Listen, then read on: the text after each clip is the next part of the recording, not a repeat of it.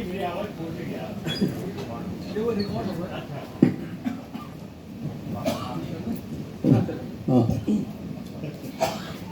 Sir, हमें ये सौभाग्य मिला आपसे, हमने पूरी क्लास आपने हमारी ली थी रंगमंडल में जब हम थे, और जब से यहाँ तक इतना भी किया, मगर आपने जो व्याख्या की है वीणा से, जो शरीर को और उसकी जो एक आपने अलग एक दृष्टि से देखा है, तो ये अनुभूति आपको कैसे हुई? ये है गात्र वीणा जो कहा जाता है वो सचमुच में कहा जाता है शरीर को ही है। शरीर से ही शरीर के अंदर जो विभिन्न किस्म के तंतु हैं, साथ हमारे मतलब के जो सेंटर हैं जहाँ मसल्स हैं, सिर्फ हड्डियों के ऊपर लटकी हुई है, तो वो सात जो सरगम की जगह हैं, सप्त स्वर विधान उसको ही बोलते हैं। और ये जो है छोटा तुम्बा, ये मतलब कि गायत्री, अगर हमको एनालिसिस जब करते या कहीं मैंने पढ़ने में आया तो मुझे पता चला कि ये शरीर का जितना भी इंस्ट्रूमेंट, जो भी इंस्ट्रूमेंट हम देखते हैं वो कहीं ना कहीं शरीर के साथ जुड़े हुए हैं। धक धक, ये भी ताल, दम तक तक का दम दम जो भी है, तो हर इंस्ट्रूमेंट कहीं ना कहीं हमारे जो ट्रेडिशनल वो है वो कहीं जुड़े हुए हैं हमारे शरीर की संरचना विज्ञान के साथ में। वो प्रकट भी होते हैं, और वो इस वजह से प्रकट होते हैं कि पंच महाभूत हैं जो हमारे अंदर मतलब कि खेल कर रहे हैं। जब तक कर रहे हैं तो वो जब खेल कर रहे हैं तो वो तरह तरह के बातों के अंदर अपने आप को अभिव्यक्त भी कर रहे हैं। शब्द से करते हैं, फिर मतलब कि हमारे नृत्य से करते हैं, संगीत भी इसके अंदर है। तो ये सिर्फ उसका एक मतलब का रूप है। और किसी के मन में कोई प्रश्न? लोकनाट्य से समाज में क्या संदेश दिया जाता है, और दूसरा आधुनिक रंगमंच में लोकनाट्य का क्या योगदान है? जो कुछ भी हम हमारी परंपरा से लेके चीज़ों को कर रहे हैं, जहाँ पर गीत है, नृत्य है और मतलब कि काव्य है, ये सब चीज़ों ही मतलब कि कहीं ना कहीं हमारे लोक से ही आई है। लोक की वजह से हम हैं। हमें मतलब कि किसी और परंपरा में कोई जाने की जरूरत ही नहीं है।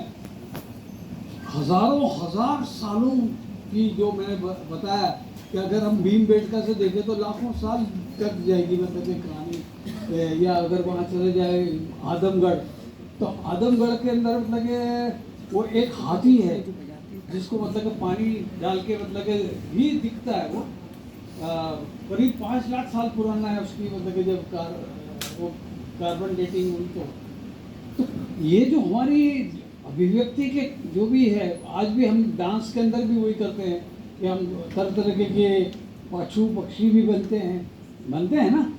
तो ये सब जो कुछ भी हम करते हैं और दिखाते हैं लोगों को, वो हमारे अंदर प्रकृति के माध्यम से ही आई हैं, प्रकृति की वजह से, क्योंकि हम प्रकृति के पूजक हैं।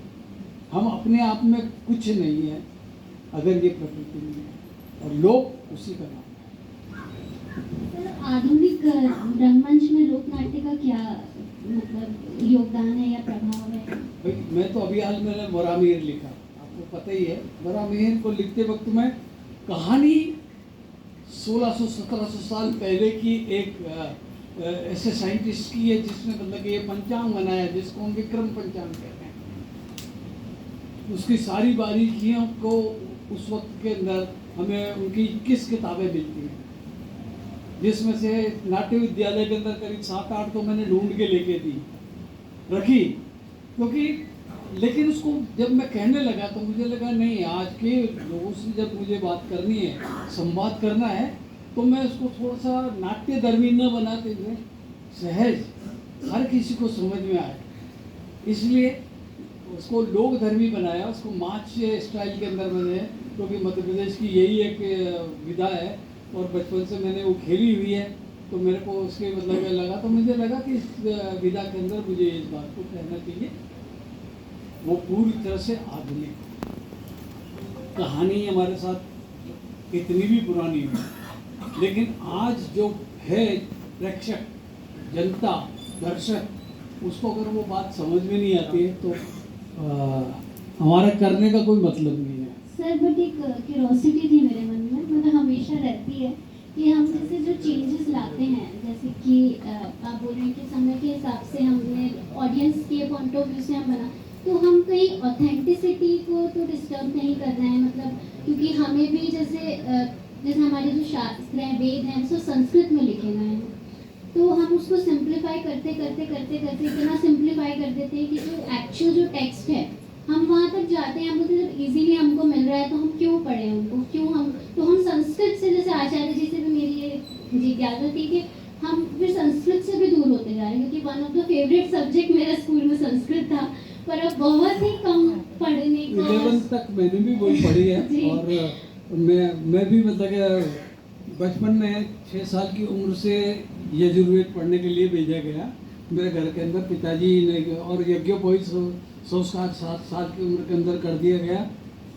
अब वो यज्ञोपवीत मैंने मतलब कि जैसे सर ने बोला, मुझे लगा कि मैं जिस काम के लिए अंदर जा रहा हूँ उस इन सब चीज़ों की वो त्रिकाल संध्या मैं नहीं कर पाऊँगा, तो लेकिन इसका मतलब ये नहीं है कि मेरा इसका मतलब ये नहीं कि उनके प्रति मेरे अंदर वितृष्णा है। उसके मुझे लगा कि ये कुछ अल्टरनेट है जिसके थ्रू भी तो हम वही आचरण की तरफ जा रहे हैं। संस्कार जो है वो सिर्फ मतलब कि कोई आडंबर न बन जाए, बल्कि हमारे अंदर मतलब के हमारे जीवन के अंदर से कहीं ना कहीं हमें जो प्रेरित करते हैं और हमें समृद्ध करते हैं और समाज को समृद्ध करते हैं।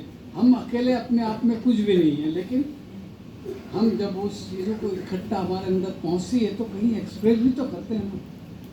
अगर वो एक्सप्रेशन की भाषा नहीं होती तो शायद हम सब लोग यहाँ नहीं होते। हम 5 ज्ञानेंद्रियों से चीज़ों को रिसीव करते हैं, शब्द सुनते हैं, स्पर्श का बोध होता है ना, स्क्रीन से, कानों से सुनते हैं, लेकिन आवाज़ सोए की सुनते हैं। हम दोनों हाथों से, गर्मी है तो गर्मी ही, मतलब कि यहाँ पे आग होगी तो आग ही, और दूसरे हाथ से भी करेंगे तो आग ही लगेगी। आँखों से मतलब कि चीज़ों को देखते हैं तो दृश्य एक मतलब, तो शब्द स्पर्श रूप रस गंध, ये 5 हमारे सौंदर्य शास्त्र की शब्द हैं। सर गलत बोल रहा हूँ, ये सौंदर्य शास्त्र के शब्द हैं जो हमारी अनुभूतियाँ हैं, और ये 5 ज्ञानेंद्रियाँ रिसीव करती, लेकिन हमारे अंदर कौन रिसीव करता है? तो सर ने कहा प्राण जब तक है वो अनुभूत करता है, एक दिन निकल जाएगा। हम मतलब ये हमें ये वहम होता है कि हम हैं, हम अकलदार हैं, हमारे अंदर ये सब कुछ है, नहीं, वो एक दिन चले जाएगा। लेकिन अगर उसको जाने के पहले हमारे गुरुओं ने कहा है कि अगर बांटा नहीं तो हम ब्रह्म राक्षस बन जाएंगे। इसलिए वापस जो मिला है ज्ञान उसको वापस बांटना है, ये उसका मकसद है। सर से आप जो पूछ रही थी वो सर से पूछो। सर ये था कि जो मतलब हम बहुत ज़्यादा जो चेंजेस ला रहे हैं आधुनिक समय के हिसाब से लोगों तक पहुंचाने के लिए, तो हमारे जो एक्चुअल टेक्स्ट हैं, जैसे संस्कृत की तरफ मुझे लग रहा है हम दूर होते जा रहे हैं, हम एक्चुअल चीज़ों से डिफिकल्ट समझने लगे। लोक शब्द से परिभाषित हम करते हैं उन व्यक्तियों को जो कहीं ना कहीं ट्रेडिशनली माने परंपरा से आकर के उनमें रचा बसा है, उसे हम लोग कहते हैं। देखिए अभी आप लोग पढ़ लिख गई हैं, मेरी माँ और उससे भी आगे हमारी दादी नानी वो स्कूल नहीं गई थी, ठीक है, और चिट्ठी भी नहीं लिख सकती थी, हस्ताक्षर भी नहीं कर सकती थी। वो क्या अशिक्षित थी? वो साक्षर नहीं थी, लेकिन उनकी जैसी शिक्षा जो आप पीएचडी डीलिट किए बैठे उनमें नहीं है। ठीक है, तो लोक शब्द को उन दादी नानियों को परिभाषित करिए जिनमें वो कला विद्यमान थी, लेकिन उन्होंने कला को जन्म दिया, कला को सीखने कहीं नहीं गया। वो आई जो मैं अभी आपको बता रहा था कि मैंने आदिवासियों के यहाँ जा करके और उनके नज़दीक बैठ करके और देखा, और अभी भी मैं मतलब मेरे अंदर का वो भूत मरा नहीं है। जब रामनवमी आती है तो हमारे यहाँ जो जवारा वो कोल जो है वो देवता आते थे और भाना वाना छीनते थे, काला चाचा फलाने ढिकाने, तो मैं फ़ोन करता हूँ, अब आजकल तो वीडियो है, वो वीडियो कॉल करता हूँ कि भैया दिखा कहीं हो रहा है तो, और 10-5 हज़ार रुपये उनको देता भी हूँ, या प्रसाद भोग लगाइए, और वहाँ जाता हूँ फिर। तो लोक के अंदर पल रहा या विकसित हुआ जो नाट्य है उसे हम लोक नाट्य कहते हैं। और जो हमारे उपरूपक है नाट्य शास्त्र में या नाट्य परंपरा में, वो उपरूपक कहीं ना कहीं लोक नाट्यों के बहुत नज़दीक है। और मैं तो ये कहता हूँ कि कोई भी शास्त्र बना हो वो बिना लोक के नहीं बना, पहले लोक है उसके बाद शास्त्र है। जब आपके यहाँ मान लीजिए गन्ना उन्ने का वो बनाए, गुड़ बनाए, और आप तब गुड़ शब्द नहीं दिए, जब बन गया तो 4 लोग बैठे इसको क्या कहा जाए, तो कहे इसका नाम गुड़ रख दो। लोग कहते हैं ना कि पहले मुर्गी आई थी अंडा है, तो पहले प्रयोग आया उसके बाद शास्त्र आया। और पतंजलि जो है इसको परिभाषित करते हैं, पतंजलि महाभाष्यकार व्याकरण के बहुत बड़े आचार्य हैं। तो वहाँ क्या होता है कि प्रश्न उठता है, संति वै शब्दाः अप्रयुक्ताः। वो कहते हैं कि इतने शब्द हैं कि जो अप्रयुक्त हैं, जिनका प्रयोग नहीं होता, और जो प्रयोग नहीं होगा तो वो शब्द कैसे रह जाएंगे।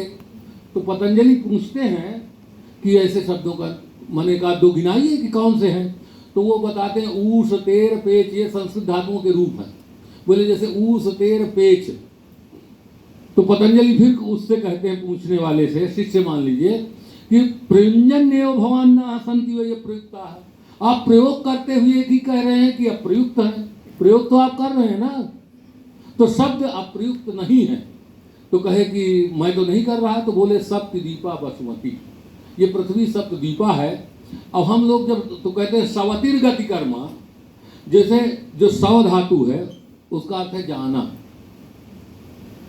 सवतिर गति कर्मा कंबोजो सुप्रयुज्यते, कंबोज देश में उसका प्रयोग होता है, लेकिन यहाँ हम कहते हैं कि भगवान सवती, तो आप हमको मारेंगे क्योंकि हमारे यहाँ सौ का अर्थ कुछ और है। तो इस तरह पृथ्वी के अलग अलग क्षेत्रों में जैसे अलग अलग शब्द प्रयुक्त होते हैं और वह अलग अलग अर्थों में प्रयुक्त होते जाते हैं, उसी तरह से नाट्य की परंपरा में भी बहुत सारी कलाएं हैं जो किसी क्षेत्र विशेष में, किसी जाति विशेष में, किसी वर्ग विशेष में। अब वो वर्ग आप वो वाला वर्ग आज वाला नेताओं वाला मत समझो, नेताओं वाला वर्ग नहीं है वहाँ। मैं तो ये जो हमारे यहाँ जो जातियों की बात जो करते हैं आजकल, वो जातियाँ नहीं हैं, वो हमारे कलाओं को जीने का तरीका था और उसको वो कहा जाता था, आज वो कुछ और हो गया। तो वो लोक नाट्य आपका उस तरह से कुछ है। अभी हमारे यहाँ शादी में, अब हम लोग तो बहलोल कहते थे, पता नहीं अब वहाँ यहाँ क्या कहते हो, जब बारात चली जाती थी, अब तो बारात जाती ही नहीं है, तो महिलाएं किया करती थी, कोई राधा बन जाए, कोई कृष्ण बन जाए। अच्छा हाँ, टूटिया खेलना हमारे यहाँ बहलोल कहते हैं, कहीं और कुछ कहते होंगे। अब आप देखिए नाट्य की व्याप्ति कितनी, इससे ज़्यादा कहाँ होगी। अच्छा एक बार तो हम लोगों के रिश्ते में चाची लगती थी, वो पुलिस बना करती थी, और जो बारात न जाए तो फिर उसका हिसाब किताब वो करती थी, पीटती थी लोगों को।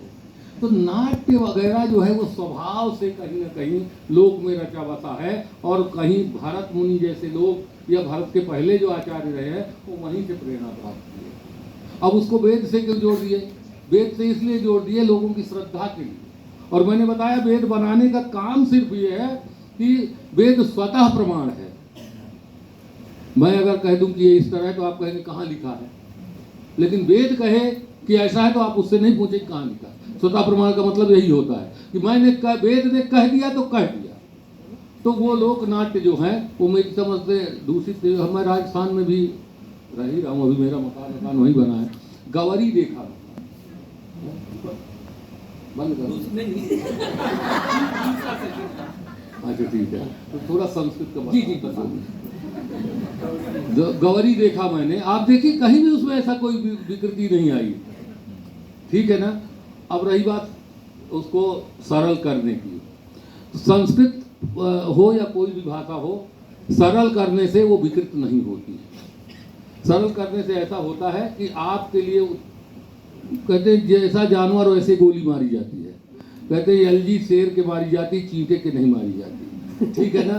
तो वो एलजी है, जो बड़े बड़े शास्त्र है वो एलजी है, वो उसको मारने के लिए वो किसी और पे मारे जाएंगे। जो छोटे छोटे नौसिखिया बच्चे हैं, हमारे यहाँ भी उनको सिंप्लीफाइड किया गया, उन्हें प्रकरण ग्रंथ बनाया गया, छोटे छोटे ग्रंथ बनाया गया और लोक भाषाओं में भी उनका प्रयोग किया गया। तो पंडितों ने ऐसे ग्रंथों की रचना की है, आचार्यों ने। पंडित का मतलब वो नहीं जो सर कह रहे थे क्रूर, मतलब आचार्यों ने वैसी परंपरा बनाई और नाट्य में भी बनाई, अन्य शास्त्रों में भी बनाई। तो हम दूर नहीं होते। अब आप इंटरेस्टेड होके वहां तक ऊपर तक जाएं, ये आपका काम। ठीक है, थोड़ा सा आपको सिखा दिया गया, माँ ने थोड़ा थोड़ा खाना सिखाया, अब एक थाली खाना आप शुरू कर दें। ठीक उसी तरह से थोड़ा सा शास्त्र सिंप्लीफाई करके आपको सिखा दिया गया। अब आप टेक्स्ट पढ़ लें, गुरु कितना पढ़ाएगा। इतना ही, धन्यवाद। बहुत बहुत धन्यवाद। निश्चित रूप से विद्वानों को सुनना अभिभूत होता है, लेकिन समय की कुछ गरिमा होती है। हम बेवफा बावफा नहीं होता, ख़त्म ये सिलसिला नहीं होता, कुछ तो मजबूरियां रही होंगी, यूं ही कोई बेवफा नहीं होता। तो मैं इन पंक्तियों के साथ आपको प्रणाम करता हूं और निश्चित रूप से आप दोनों को सुनना हम सभी के लिए अभिभूत है और आपने बहुत ही उत्कृष्ट विषयों पर प्रकाश डाला। मैं आप सभी की अनुमति से अब सत्र के अग्रिम चरण पर चलना चाहूँगा। हमारे बीच परम विद्वान, रिसर्चर, नाट्यशास्त्र के फेलो परम आदरणीय प्रोफेसर महेश चंपकलाल जी विराजमान हैं। मैं उनसे विनम्र आग्रह करूंगा कि मंच पर अपना स्थान ग्रहण करने की कृपा करें।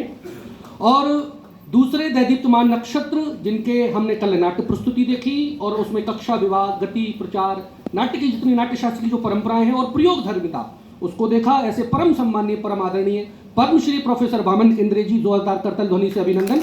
मैं आपसे भी विनम्र आग्रह करता हूं कि मंच पर अपने आप की ग्रहण करने की कृपा करें।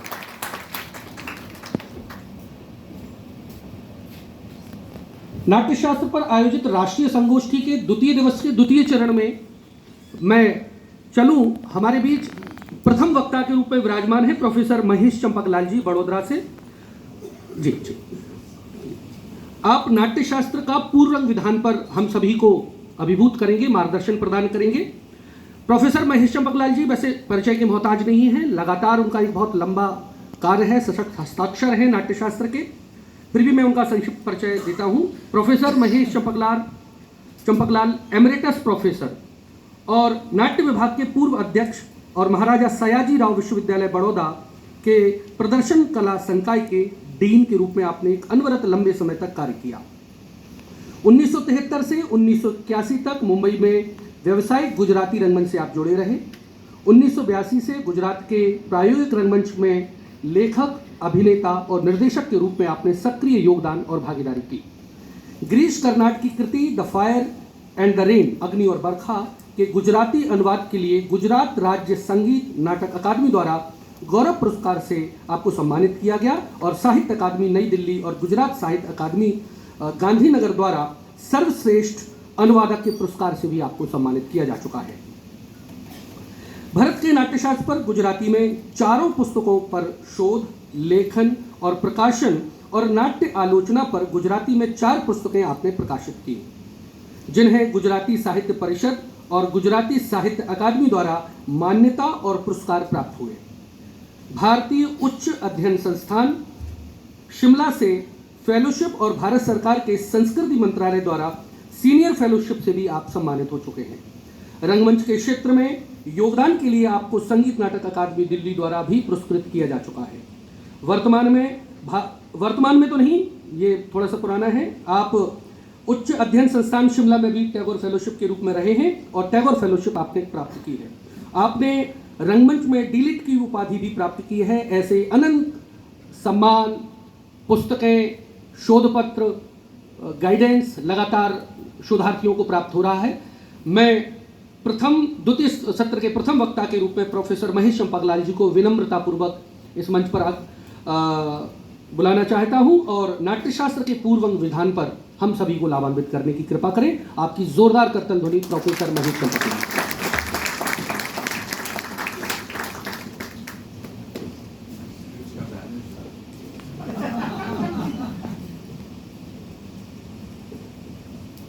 नमस्कार। विद्वत जनों की जब सभा हो तो उनका परितोष करना बड़ा कठिन कर्तव्य होता है। स्वयं कालिदास ने अभिज्ञान शाकुंतल की जो प्रस्तावना है उसमें स्पष्ट रूप से कहा है कि तो विद्वज्जनों की सभा है और मेरे नाट्य प्रयोग से, मेरे प्रयोग विज्ञान से अगर उनकी संतुष्टि नहीं होती, अगर मुझ में इतना अधिक आत्मविश्वास होते हुए भी मैं विचलित होता हूं, तो जब तक विद्वज्जनों का आशीर्वाद प्राप्त नहीं होता तब तक मैं अपनी प्रस्तुति को पूर्ण नहीं मानता। दोस्तों, जब पूर्वरंग की बात करते हैं तो रंग शब्द को जानना बहुत महत्वपूर्ण है। रंग प्रयोग के अर्थ में भी है, रंग मंच के अर्थ में भी है और नाट्य मंडप के अर्थ में भी है। पहले नाट्य मंडप जान लेना चाहिए। आप नाट्य मंडप को नहीं जानोगे, उसके विभिन्न अंगों को नहीं जानोगे, तब तक पूर्वरंग समझ में नहीं आएगा। तो मैं, चूंकि नाट्य मंडप पर एक अधिकृत व्याख्यान होने वाला था लेकिन नहीं होगा, इसीलिए मेरा दायित्व बनता है कि मैं आपको भरत के नाट्य मंडप के बारे में थोड़ी सी जानकारी दूं और फिर पूर्वरंग की बात करूं। तो दोस्तों, भरत मुनि, उन्होंने जो नाट्य मंडप के 3 विभाग किए, आप जहां बैठे हो वो प्रेक्षक निवेशनम है। जैसे आज आप बैठे हो, उसी समय इसी प्रकार से लोग बैठा करते हैं। इसीलिए भरत ने शब्द दिया है प्रेक्षक निवेशनम। दूसरा है रंग, जहां हम नाटक की प्रस्तुति करते हैं, और तीसरा नेपथ्य। ये 3 शब्द नाट्य शास्त्र में प्रयुक्त हुए हैं। तो नेपथ्य है सज्जागृह है, जिसे आज हम ग्रीन रूम कहते हैं, जहां नट और नटी दोनों वेशभूषा या रंगभूषा करते हैं।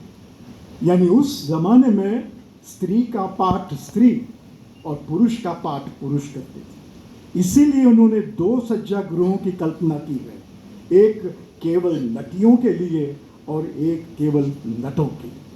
तो हमारी ये पूरी परंपरा है कि जहाँ स्त्री पाठ स्त्री करते हैं और पुरुष पाठ पुरुष करते हैं। ये नेपथ्य से रंग पर आने के लिए रंग के 2 हिस्से हैं।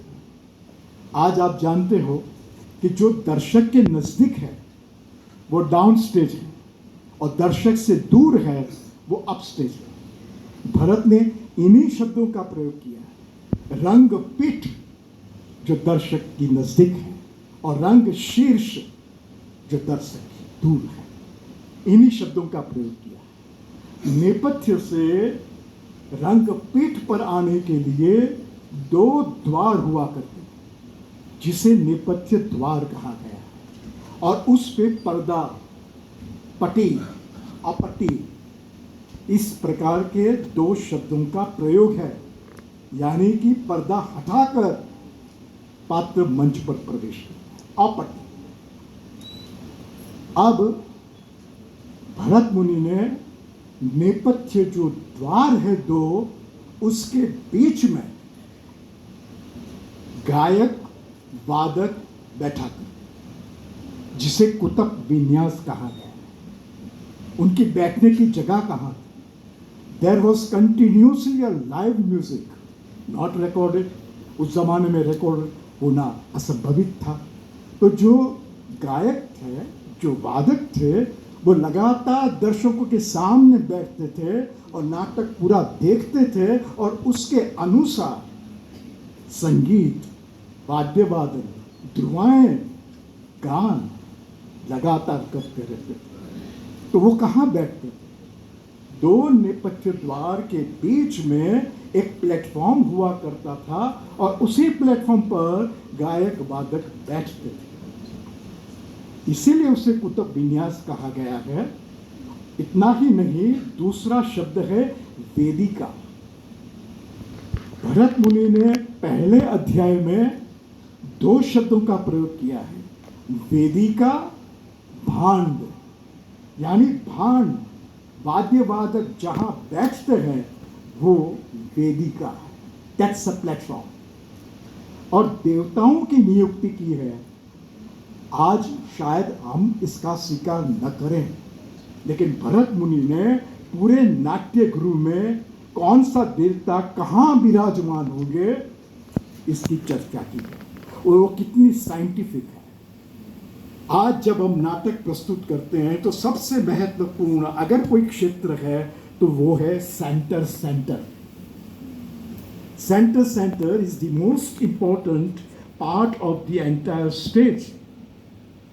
भरत मुनि ने यही बात की है कि जो रंगपीठ का मध्य हिस्सा है जहां साक्षात ब्रह्मा विराजमान है, और वो है ब्रह्म मंडल।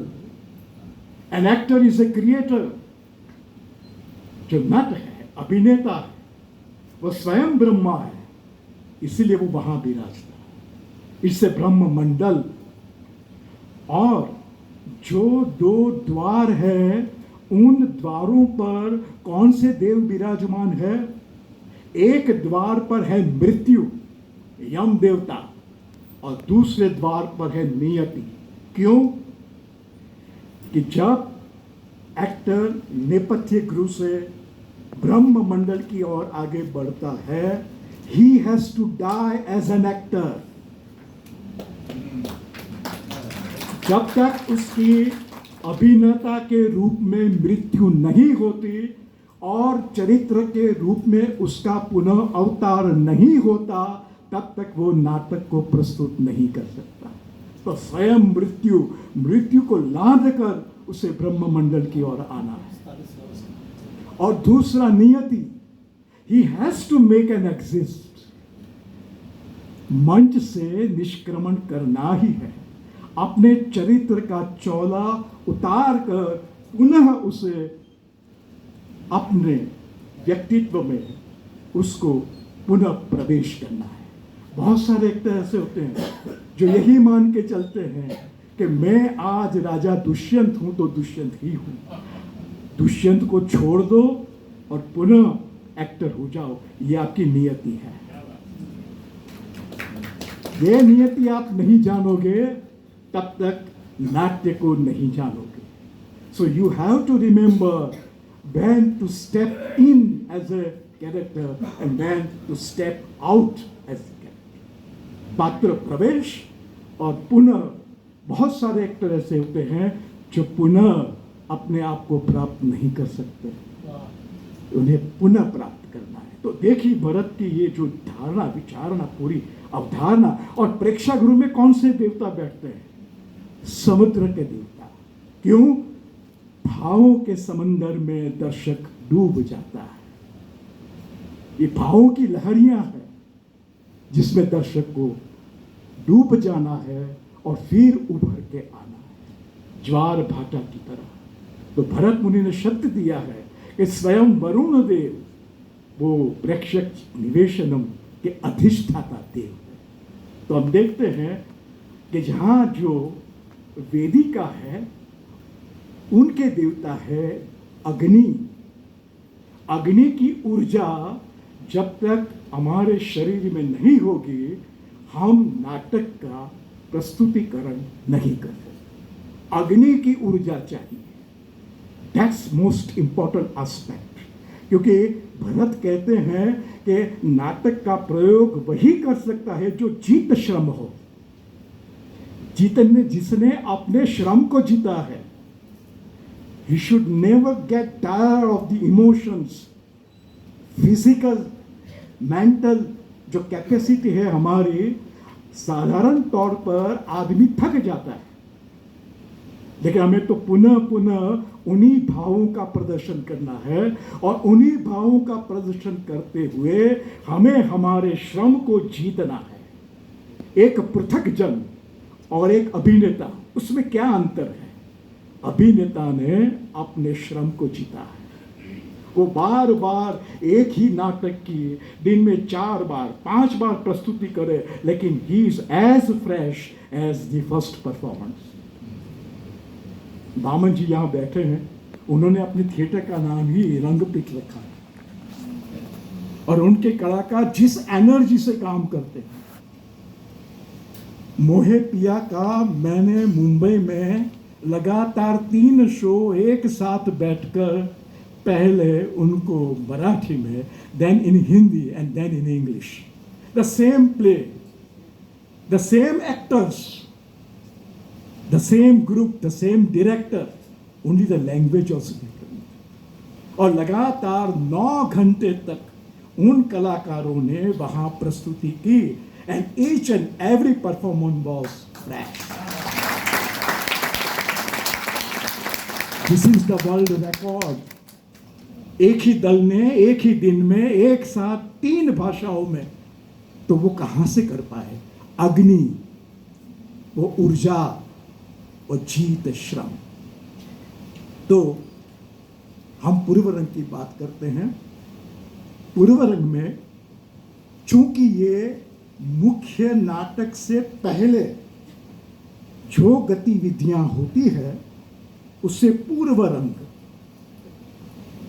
Before the main play begins, preliminary. क्यों?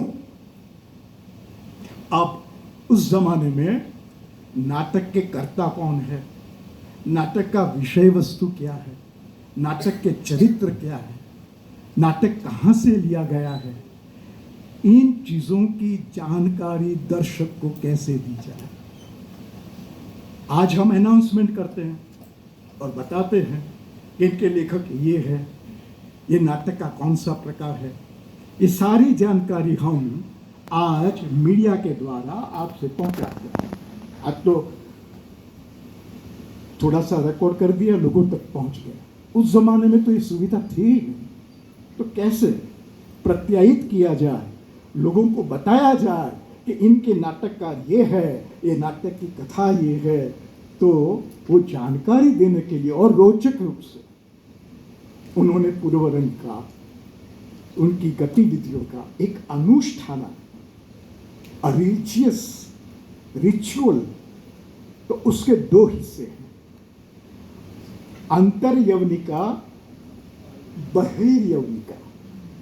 यवनिका शब्द का पहली बार प्रयोग भरत मुनि ने नाट्य शास्त्र के 5वें अध्याय में किया, और उसमें शब्द है यवनिका। तो ये यवनिका क्या है और कहाँ?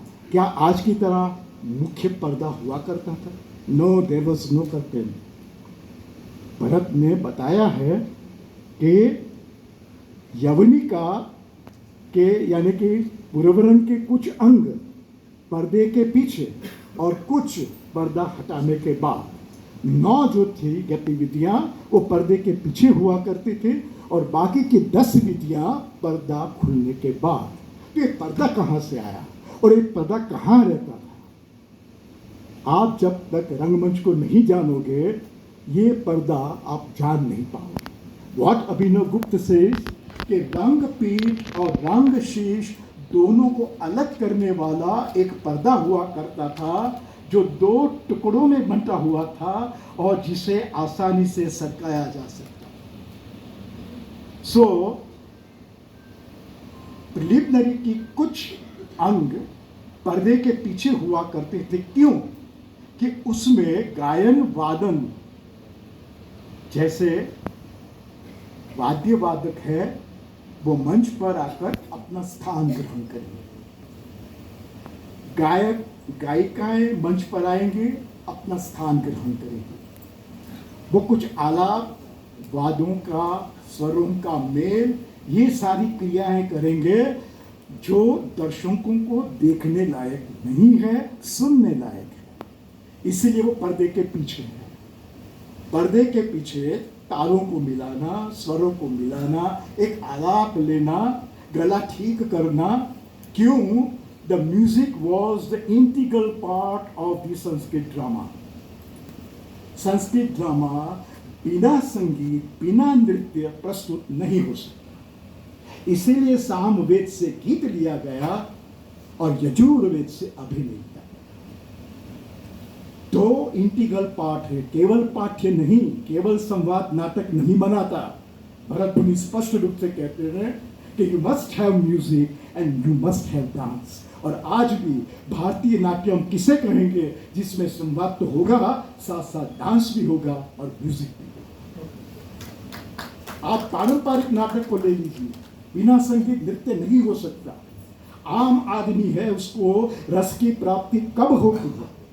जब वो संगीत को सुनता है और नृत्य को देखता है। इसीलिए पहले सारे वाद्य वादक, सारे गायक अपना स्थान ग्रहण करते हैं और फिर पर्दा हटाया जाता है। और पर्दा हटाने के बाद जो आप सुनते थे अब आपको देखना है, क्योंकि वो दृश्य श्रव्य क्रीडनेक है।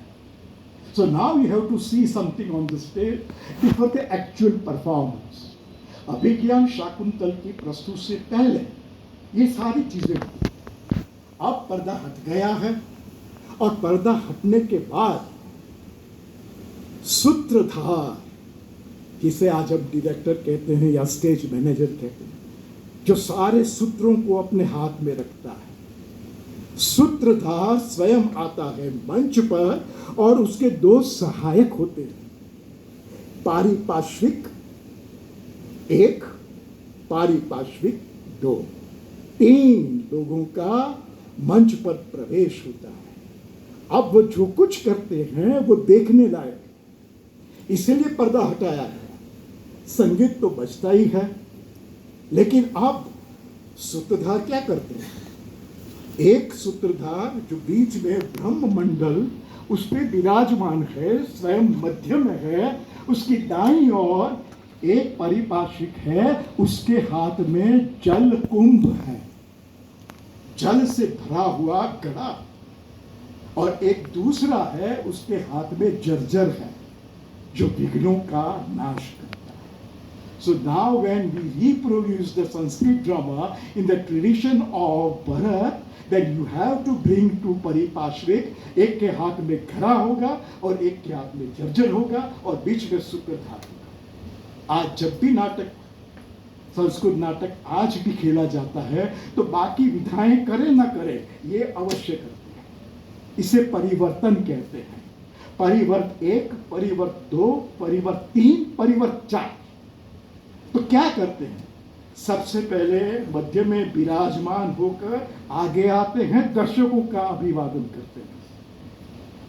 फिर दाईं और बाईं ओर जितने भी देवी देवता है उनका वंदन करते हैं, जिसे कहते हैं दिक् वंदन। दिशाओं की आराधना करते, सारी दिशाओं से हमें अच्छे अच्छे विचार प्राप्त हो। तो दशों दिशाओं का पूजन करना ये हमारी भारतीय परंपरा है। तो ये दिक् वंदन हो गया, आचमन हो गया, देव को शुद्ध कर दिया गया। तो जल कुंभ क्यों है? सूत्रधार कहते हैं मुझे पहले शुद्ध होना है, क्योंकि मैं नया जन्म लेने वाला हूं। सूत्रधार स्वयं एक चरित्र प्रस्तुत करता है। अभिज्ञान शाकुंतल हो, दुर्वासा की जो आवाज आप सुनते हो, सूत्रधार। सूत्रधार स्वयं चरित्र बनकर मंच पर आने वाला है। तो अपने आप को शुद्ध करना, इसीलिए पानी से भरा हुआ घड़ा एक परिपार्श्विक के हाथ में है और दूसरे हाथ में जर्जर है, इसीलिए विघ्नों का नाश करना। जब जब भी यज्ञ होता है विघ्न आता ही है। बिना विघ्नों के आप कभी भी कोई यज्ञ नहीं कर सकते। स्वयं गिरीश कार्नाड ने कहा, उनका जो नाटक है अग्नि और बरखा, उसमें यही कहा गया है कि हम जब भी करेंगे यज्ञ, राक्षस वृत्तियां चारों ओर मंडराती रहेगी और जब तक अग्नि प्रज्वलित नहीं होगा ये राक्षसी वृत्तियां जाएगी नहीं। इसलिए जब भी आप अच्छा काम करते हो विघ्न आएगा ही, और फिक्र को दूर करना जर्जर का काम है। इसलिए जर्जर की पूजा मंच पर की जाती है। आज हम यही करते हैं, हम रंग देवताओं की पूजा करते हैं, पर्दे के पीछे भी करते हैं। आंगिकम धूर्णम श्लोक ये भी हम आज इसकी निरंतरता है। तो ये सबसे अहम है। अब सूत्रधार क्या करता है कि जो एक पारिभाषिक है वो विदूषक बन जाता है, इट टर्न्स इनटू विदूषक। ये विदूषक वो विदूषक नहीं है जो नाटककार ने अपने नाटक में जिसके बारे में लिखा है। इज अ मेंबर ऑफ नाट्य दल। देखिए उस जमाने में नाटककार भी नाट्य दल का एक हिस्सा था। He was writing for the मंडली। उसमें भरत मुनि ने शब्द दिया है कि उसमें नाटककार हुआ करता था और ध्रुवाएं लिखता था, कुछ संवादें, द इम्प्रोवाइज लाइन्स वर है। आज हम इम्प्रोवाइज करते हैं। भरत मुनि ने स्पष्ट रूप से बताया कि जैसे वो विदूषक बना, वो मंच पर आएगा, कूद कर आएगा, असंबद्ध प्रलाप करेगा, उल्टी सीधी बातें करेगा और फिर उकसाएगा सूत्रधार को, ताकि लोगों को पता चले कि आज कौन सा नाटक है। देखिए ये युक्ति भरत मुनि ने बताई, जिसे त्रिगत कहते हैं, a dialogue among three persons. वो तीनों बातें करते हैं, लेकिन बातें संकेतात्मक है। वो सीधी तरह से नहीं कहते कि कालिदास का नाटक है। वो काली, अब भूल गए उसको, जो वृक्ष पर चढ़ा था उसी डाल को तोड़ रहा था, अच्छा वो उसका नाटक है। इस प्रकार से they improvise the lines according to the audience. वो लिखा आलेख नहीं है। नाट्य दल है, उसके मेंबर 3 सूत्रधार, पारिभाषिक एंड विदूषक लोगों को हंसाते हुए they introduce the theme of the play and that is known as त्रिगत। भरत मुनि ने शब्द दिया है त्रिगत। और जैसे त्रिगत की समाप्ति होगी, प्ररोचना, सूत्रधार आके नम्र भाव से ऑडियंस को आमंत्रित करेगा और आमंत्रित करने के बाद काव्य का उपक्षेपण, काव्य नाटक कौन कौन से चरित्र है, क्या करने वाले हैं, किसकी कथा है, महाभारत से, रामायण से, पुराण से, कहाँ से ली गई है, इसका संकेत करेगा। And that is known as प्ररोचना। तो त्रिगत प्ररोचना। उसके पहले बहुत ही इंपॉर्टेंट नांदी, नांदी पाठक आते हैं और नांदी पाठ करते हैं। और भरत मुनि वहां सर्व देवताओं की ही पूजा करते हैं, नॉट पर्टिकुलर वन। जितने भी देवती देवता है उनको हम नमन करते हैं। ये नांदी का पहला सूत्र है। दूसरा है गौ ब्राह्मण उनका कल्याण हो। तीसरा शब्द सबसे महत्वपूर्ण है, हे चंद्रमा, हे सोम, आपकी विजय हो। क्यों सोम? क्योंकि रस का आधार चंद्र है। रस, द बेसिस ऑफ रस इज लॉर्ड चंद्र, सोम। तो सबसे पहले सोम की जय हो और फिर राजा की जय, क्योंकि राजा प्रश्रय देता है। अगर राजा नहीं होता, नाटक नहीं हो सकता। बड़ौदा के नरेश सर सयाजी राव पूरी मंडलियों को बुलाते थे। बाल गांधर्व को उन्होंने बुलाया और बाल गांधर्व को प्रश्रय दिया था और कहा था कि आप यहाँ, जब वो मंडली घाटे में चली गई, बाल गांधर्व को प्रश्रय देने वाले सर सयाजी राव थे और उन्होंने एक शर्त रखी कि आप सबसे पहला प्रयोग अपने संगीत नाटक का बड़ौदा में हमारी जनता के लिए करोगे और वो भी मुफ्त में, and then you go for your commercial play. तो राजा ने प्रश्रय दिया। राजा ही प्रश्रय देते थे उस समय। इसीलिए भरत मुनि ने कहा है सूत्रधार के माध्यम से राजा तेरी जय हो, और फिर राष्ट्र तुम समृद्ध हो, और हमारे दर्शक जो बैठे हैं वो भी समृद्ध हो। इतनी लंबी नांदी हुआ करती थी। आगे चलकर क्या हुआ कि इसके दो भाग हो गए। आप संस्कृत नाटक पढ़िए, उसमें सबसे पहले शुरुआत नांदी से हुई। नाटक का स्वयं नांदी की रचना करता है। जैसे कालिदास शिव के भक्त है, तो शिव की उपासना करते हुए अभिज्ञान शाकुंतल में अष्टमूर्ति, प्रकृति के 8 अंग है जिसमें साक्षात विराजमान है, ऐसी मूर्ति वहां उद्भासित होती है। तो शिव की मंगल कामना करते हैं, दर्शक की करते हैं।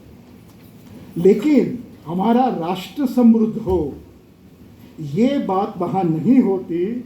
वो कहाँ होती है? भरत वाक्य में होती। So in each every Sanskrit play at the end you will find भरत वाक्य, और भरत वाक्य का मतलब है राष्ट्र की समृद्धि की आकांक्षा करना। भास अपने तमाम रूपकों के अंत में राजसिंह का प्रशासन, ये बात बार बार। और कालिदास क्या कहते हैं अभिज्ञान शाकुंतल में कि प्रजा का हित राजा के मन में बना रहे, प्रकृति हिताय पार्थिव।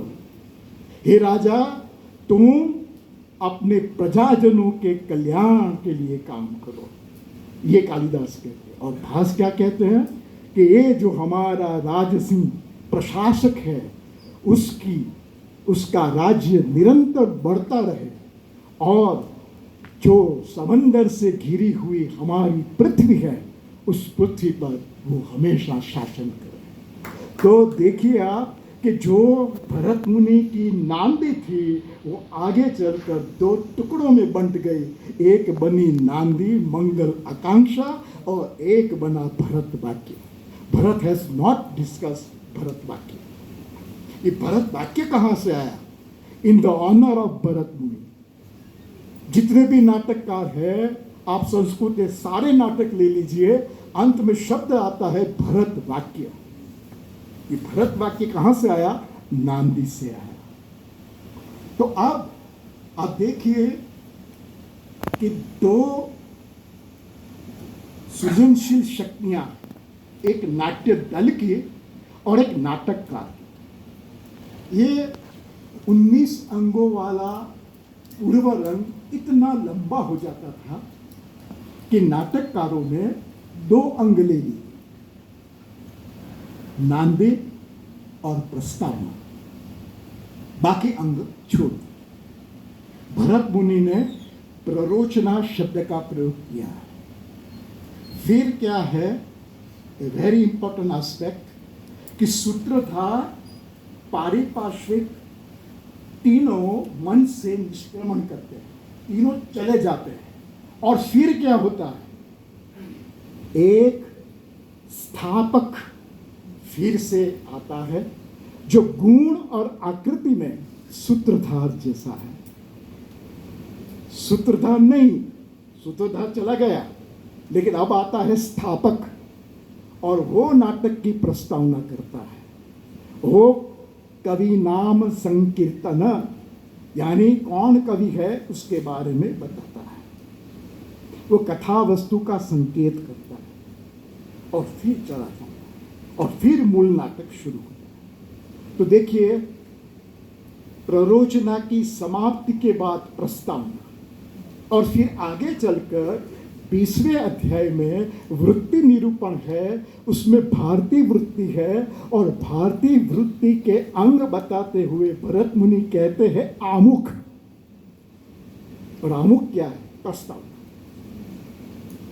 वो भी आमुख है, वो भी प्रस्तावना है। तो व्हाट इज द डिफरेंशिएशन? क्यों? Why this multiplication? तो अभिनव गुप्त कहते हैं कि एक जो है वो हमारा जो स्थापक था उसकी नांदी है, उसकी प्रस्तावना है। अब नाटककार की स्वयं की लिखी हुई नांदी और प्रस्तावना। तो देखिए दायित्व बढ़ गया, नाटककारों ने नाटक लिखना शुरू किया। वो पुरवरन को छोड़ नहीं सकते थे, इसलिए उन्होंने दो अहम, एक इष्ट देव की पूजा, जैसे कालिदास के इष्ट देव है शिव, तो उनके नाटकों में शिव दिखाई देंगे, और भास के इष्ट देवता है विष्णु, तो सारे विष्णु अवतार उनके 13 रूपक में पाए जाते हैं, because he believes in that God. तो अपने इष्ट देवता की स्तुति करना और काव्यार्थ का सूचन करना, लेकिन इन आर्टिस्टिक मैनर। तो देखिए, इसका उदाहरण देकर मैं अपनी वाणी को विराम दूंगा। कालिदास ने अभिज्ञान शाकुंतल परंपरा का पालन करते हुए लिखा है, सूत्रधार और नटी दोनों बात कर। तैयारियां हो गई? हाँ, हो गई। तो हम अपना आज का नाटक शुरू करें? हाँ। कौन सा नाटक? अभिज्ञान शाकुंतल। अच्छा, तो हम शुरू करें। उसके पहले नटी, आप एक गीत गाओ। कौन सा गीत? ग्रीष्म ऋतु है और ग्रीष्म ऋतु के अनुकूल कोई अच्छा सा गीत गाओ। हाँ, नटी गीत गाती है। अब नटी गीत गाती है, सूत्रधार उन गीतों के भावों में, गीत के राग में इतना खो जाता है, सुध बुध नहीं रहती उसको। और जैसे गायन समाप्त होता है, अरे तुमने क्या गीत गाया, ये हमारे दर्शक चित्रवत हो गए, स्थिर हो गए, और मैं भी भूल गया हमें कौन सा प्रकरण करना है। अरे आप भूल गए, आपने तो कहा था कि अभिज्ञान शाकुंतल नाटक करना है। So he forgets the type of play. 10 रूपक के जो 2 प्रकार है, उसमें एक नाटक है और एक प्रकरण है। प्रकरण में कवि कल्पना की कथा वस्तु होती है, चरित्र होती है, और जो प्रसिद्ध होते हैं वो नाटक में होते हैं। तो सूत्रधार भूल जाता है और वो कह देता है कौन सा प्रकरण। ही फॉरगेट्स। अच्छा, तुमने मुझे याद दिला दिया, बहुत अच्छा हुआ। तुम्हारे राग में मैं इतना खो गया कि जैसे दुष्यंत ये हरिण के पीछे खींचता चला आ रहा है। This is Kalidas. ये नाटक स्मृति, विस्मृति और पुनः स्मृति का है। दुष्यंत शकुंतला को भूल जाएगा, लेकिन अंत में उसको याद भी आएगी। पूरे नाटक का संकेत केवल और केवल प्रस्तावना में परंपरा का अनुपालन करते हुए भी ये कितना सृजनशील है, वो कालिदास ने बताया। और देखिए, आमुख में भरत ने बताया है कि 5 प्रकार की आमुख हुआ करती है, and that is written by the playwright. वो दायित्व किसका है? प्लेराइट का है, वो नट मंडली का नहीं है। जो नाटककार है वो उसकी रचना करता है। उसके 5 प्रकार है। How the opening scene is to be introduce. The opening scene is very important. नाटक में सबसे महत्वपूर्ण अगर है exposition, the very first scene.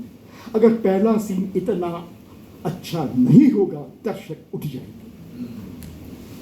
Any play, any type of play, modern play ले लीजिए, exposition, first scene, and how the first scene can be introduce. There are 5 ways. एक, जो हो रहा है, सूत्रधार कर रहा है, उसकी अनुकृति, जैसे इसमें प्रयोग के अंदर प्रयोग, प्रयोगातिशय। यहां प्रयोग के अंदर प्रयोग है। एक प्रयोग में सूत्रधार भूल जाता है और दूसरे प्रयोग में दुष्यंत को आता हुए देख रहे हैं। So there juxtapose. This is one way of introducing the opening scene. दूसरा, सूत्रधार के शब्दों को लेकर कोई चरित्र प्रवेश करता है। मुद्रा राक्षस में ये चंद्रमा और ये राहु द्वारा ग्रस्त ये चंद्र गुप्त। चरित्र के मुंह में शब्द है गुप्त। तो चंद्र और गुप्त दोनों जुड़ गए। In this way the opening scene was introduce. ये भरत बताते हैं। तो भरत का एक एक शब्द, एक एक वाक्य आज भी कितना रेलेवेंट है, ये हमें नाट्य शास्त्र केवल एक ही अध्याय, पहला अध्याय, और पहले अध्याय से ये सारी चीजें आपको समझ में। नांदी को लेकर एक विवाद है। नांदी भास के नाटकों में अलग है। नांदी का पाठ हो गया है। नान्यन्ते सूत्रधार तत सूत्रधार प्रविशत। नांदी की समाप्ति के बाद सूत्रधार प्रवेश करते हैं और फिर नांदी गाई जाती है। तो दो नांदियां हुआ करती, नांदी के पश्चात सूत्रधार का आना और फिर नांदी का पाठ करना, भास। तो जो पहली नांदी थी वो नाट्य दल के द्वारा प्रस्तुत होती थी, और दूसरी नांदी है वो नाटककार की नांदी। So it's a combination of two traditions. Bhasa के नाटकों में दो प्रकार की आपको परंपराएं, उनका मिलन बिंदु है भास। एक जो नाट्य दल द्वारा नांदी प्रस्तुत की जाती है, जो पूर्वरंग का हिस्सा है, और दूसरी नांदी जो नाट्य आलेख का है, जो नाटककार द्वारा लिखी जाती है। और आगे चलकर कालिदास, और वहां शब्द है स्थापना। No other playwright has used this word, only Bhasa. Bhasa लिखते हैं प्रस्तावना नहीं, स्थापना। और कालिदास क्या करते हैं, सूत्रधार आते हैं, नांदी पाठ करते हैं, और नांदी पाठ होने के बाद निपत्ति की ओर देखकर आर्य तैयारियां हो गई, ऐसा कहते। तो देखिए दो अलग परंपरा है। तो इसे इवोल्यूशन ऑफ पूर्वरंग, पूर्वरंग किस तरह से उत्क्रांत होता गया, इसकी जानकारी नाट्य आलेख से। आप सबका बहुत बहुत धन्यवाद।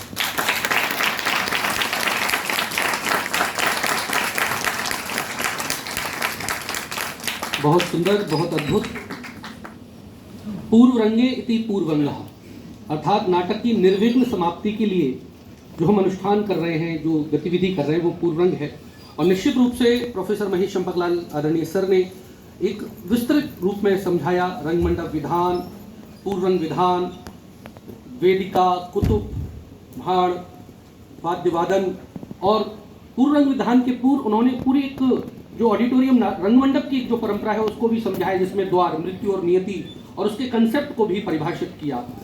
समुद्र के देवता, और किस तरह से उन्होंने जोड़ा कि भावों को, जैसे आदरणीय सर ने हमें भाव की अलग अलग प्रकार की परिभाषाएं बताई, तो एक नई दृष्टि और मिली कि समुद्र के समान जैसे वायु वेग से लहरें बनती और मिटती रहती हैं, उसी तरह से उसका जो मुख्य देवता है वो समुद्र देवता रखे गए हैं।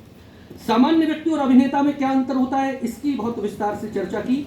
यवनिका को बहुत विस्तार से समझाया, जिसमें अंतः यवनिका और वाह यवनिका और अभिनव गुप्त इत्यादि प्रकार के जो नाट्याचार हैं उनकी दृष्टियों का आपने भावबोध कराया। ताल, लयाश्रम, नृत्य इत्यादि प्रकार के नृत्य नाट्य की परिपार्श्विक, प्रथम, द्वितीय और सूत्रधार का भी आपने कोड और डिकोड किया।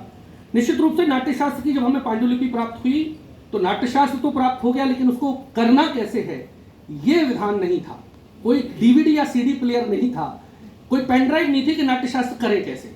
तो हमारे भाष्यकारों ने, हमारे गुणी आचार्यों ने उसको डिकोड किया और अपने से ढंग से, जैसे कल की एक अद्भुत प्रस्तुति है तो प्रोफेसर वामन केंद्रे जी उसको डिकोड कर रहे हैं, और वो अपने आप में एक अद्भुत प्रदर्शन है, और यह परंपरा अनवरत चल रही है। हमें आपके संपूर्ण व्याख्यान के बारे में ये जानने को मिला। निश्चित रूप से आपने फिर प्ररोचना, आमुख, वीथी, प्रहसन, प्रस्तावना, नांदी पाठ, त्रिगत विधान इत्यादि प्रकार के भरत वाक्य सहित सबका वर्णन किया, और नाट्यशास्त्र की आपने 3 विधानों का वर्णन किया, ब्रह्मा, विष्णु और सदाशिव, जिसको शिव कहें। और 10 रूपक विधान, नाटकम, सप्रकरणम, भाणः, प्रहसनम, दिमा, व्यायोग, समपकारो, वीथ्यंगा, मृगाति। और आपके ही उद्बोधन के अंत में मैं अगले जो हमारे वक्ता हैं, जो मैं प्रातः